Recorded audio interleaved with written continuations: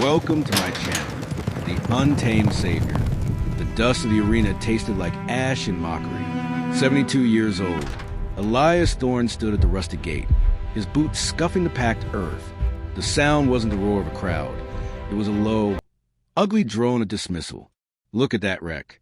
Thought this was a rodeo, not a retirement home for nags. Elias ignored the whispers. He only looked at the horse standing still beside him. Cinder, not a name of fire, but of what was left after the flame died. Cinder was a ghost of Mustang, ribs faintly showing, coat faded to a brittle gray, his left hind leg carrying a stiffness that only age and old trauma could etch. But it was the horse's eyes that held the true depth of the tragedy. Intelligent, deep-set, and weary, carrying the burden of abandonment. Cinder had been left for dead in a remote box canyon 5 years prior, a broken lead horse discarded by his old master. Elias, haunted by his own recent sudden loss, his wife of 50 years, had found Cinder, and in the horse's brokenness, saw his own reflection. Elias had entered them in the Copperhead Trail Challenge, a brutal 3-mile cross-country event designed for young, elite quarter horses. Everyone, the announcers, the competitors, the hundreds of spectators already taking their seats, thought it was a joke. What are you trying to prove, Elias? That you can both fall apart at the same time. The memory of his estranged son's harsh words, spoken just last night, twisted the knife in his gut. Elias wasn't trying to prove a point to anyone else. He needed to prove it to the ghost of the man he'd become, passive, grief-stricken, and ready to quit. He needed to prove that loyalty and purpose didn't have an expiration date.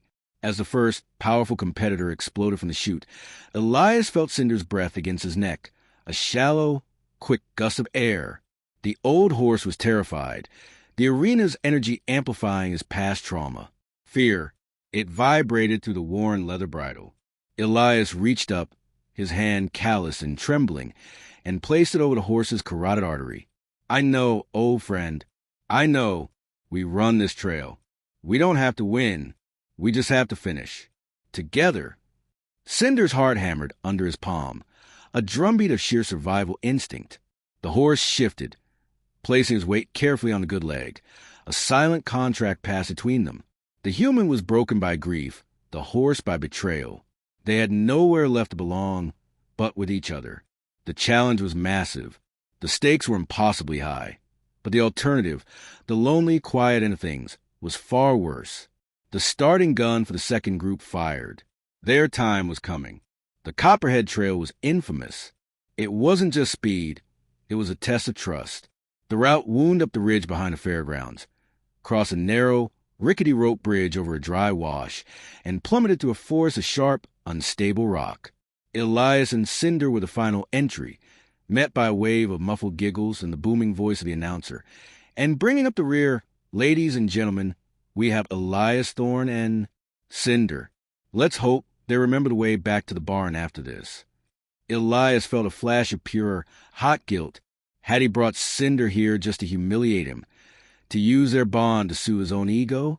He mounted the horse, the familiar weight of the saddle a comfort. Cinder stiffened for a moment, then, with a deep, shaky inhale, accepted the rider, from mistrust to dependence. The starting gate opened. Cinder did not explode. He did not surge. He walked, then broke into a careful, low trot, conserving every bit of limited energy. They were immediately swallowed by the dust clouds of the other, younger horses.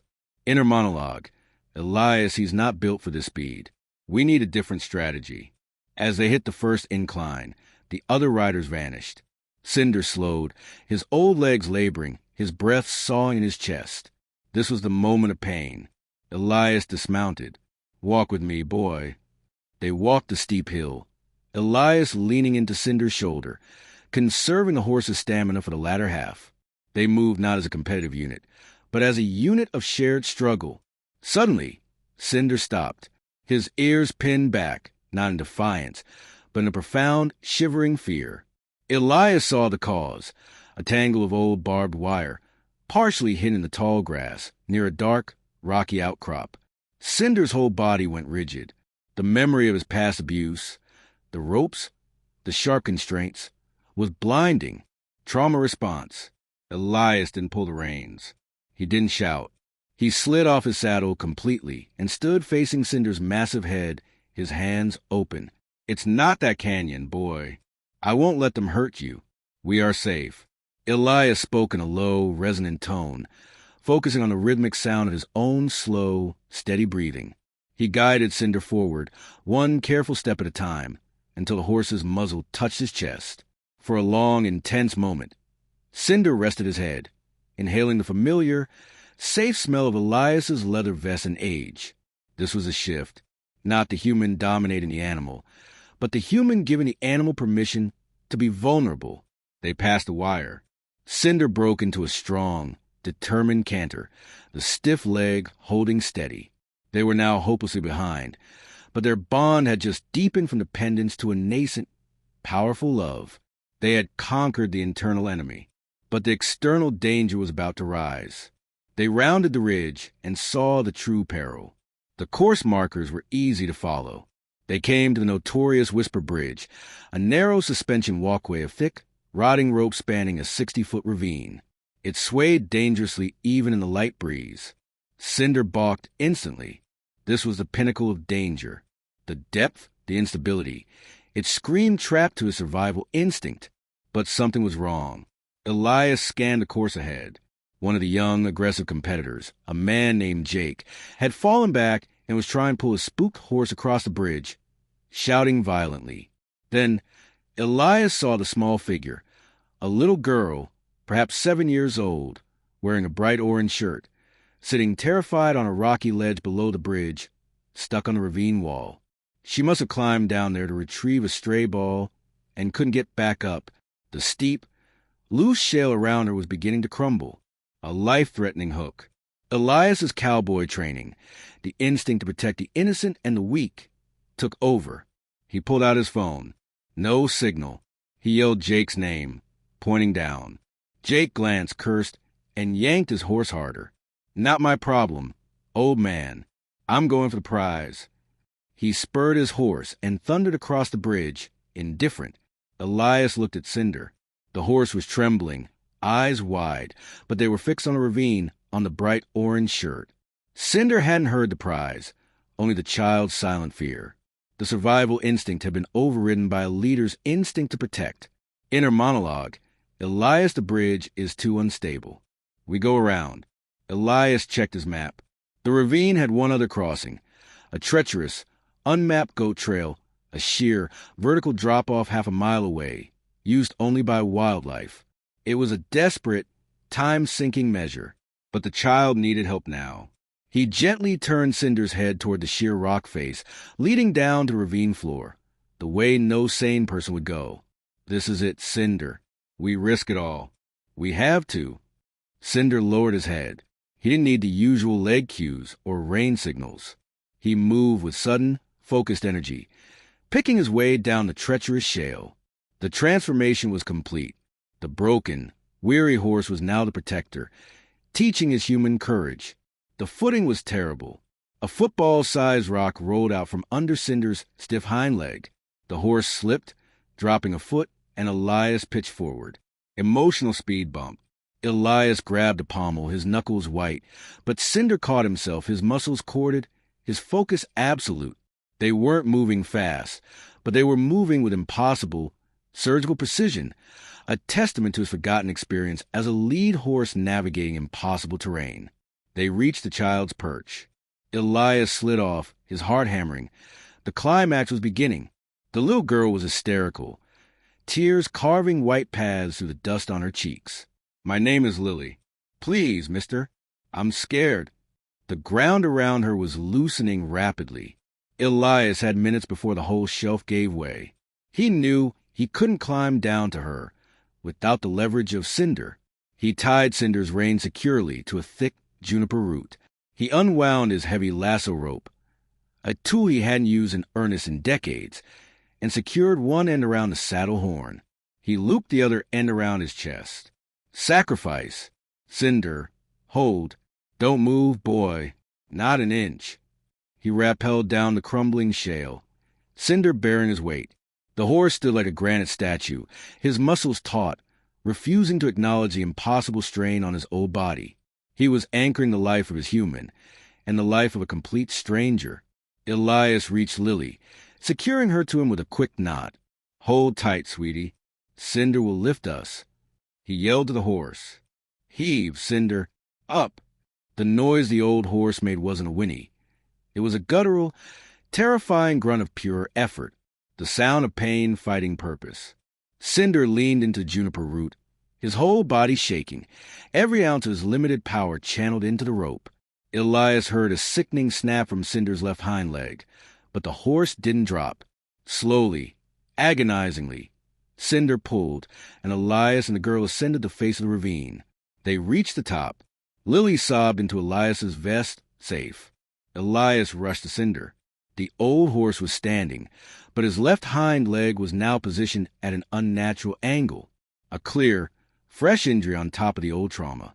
The cost of courage. Elias looked back at the whisper bridge. He could hear the faint sound of sirens and the announcer's voice. "Wait! Where's Elias Thorne? He's off the course." Disqualified. The course was irrelevant. The path back to the fairgrounds was still a mile and a half of rough country. He had to get Lily help and Cinder medical attention. He lifted Lily onto Cinder's saddle, stabilizing her. He couldn't mount. The horse needed to bear only the child's weight. "Easy, Cinder. One step at a time." Cinder began to walk, dragging the damaged leg, but maintaining a straight, true course. The energy of fear was gone, replaced by the profound, steady rhythm of belonging and purpose. They were no longer running a race. They were completing a rescue. The sound of the distant crowd was about to change. They emerged from the wilderness onto the paved service road just behind the main grandstand. The crowd's reaction was immediate and staggering. The announcers, who had been focused on the eventual winner crossing the finish line, suddenly cut their commentary. A wave of silence, then 1,000-person gasp swept the stands. They weren't seeing a disqualified horse. They were seeing an unthinkable effort. Cinder, with the little girl on his back, limped through the service gate and onto the edge of the arena. He stopped 20 feet from the finish line, refusing to cross it. The race was over. The mission was not. Lily saw her frantic mother rushing toward them. She slid off, safe and sound, and ran into her arms. The reunion was overwhelming, a wave of raw, joyful relief washing over the dusty arena. Elias stood by Cinder, holding the horse's sweating, beautiful head, his own tears finally coming, not tears of grief, but profound wholeness. The horse, broken by his past, had saved the future. The crowd didn't cheer for the winner, who had just crossed the line. They were on their feet, a sound like a physical force. Not laughter, but a sustained, deafening roar of respect. The announcer's voice crackled, laced with true emotion. "Ladies and gentlemen, Cinder did not win the Copperhead Challenge, but he has won something far more important. He saved a life. This is the definition of loyalty. This is the heart of a champion." Jake, the competitor who had ignored the child, stood by his triumphant, ribbon-clad horse, the victory suddenly feeling hollow, meaningless. The true prize was standing in the dust, exhausted and injured. Elias saw his son, standing by the fence line, no longer cold or estranged, but staring at Cinder with pure, open awe. The brokenness in their relationship began to mend, mirrored by the healing of the horse's spirit. Veterinarians rushed to Cinder, but not before Elias placed a gentle kiss on the horse's star-shaped blaze. "You did it, old friend. You brought us both back." Cinder's eyes met Elias's. The weariness was gone, replaced by a quiet, deep satisfaction. Captivity to freedom. The horse was no longer defined by his abandonment, but by his sacrifice. The image of the limping horse, the safe child, and the weeping old cowboy went viral before they even left the arena. The story of Cinder became proof that worth is measured not in speed, but in soul. The psychological closure was earned. 6 months later, the Copperhead Trail Challenge was renamed the Cinder Challenge, dedicated to courage over speed. Elias's son had moved back to the family ranch, bringing his own young daughter, who now helped Elias brush Cinder every morning. Cinder never raced again.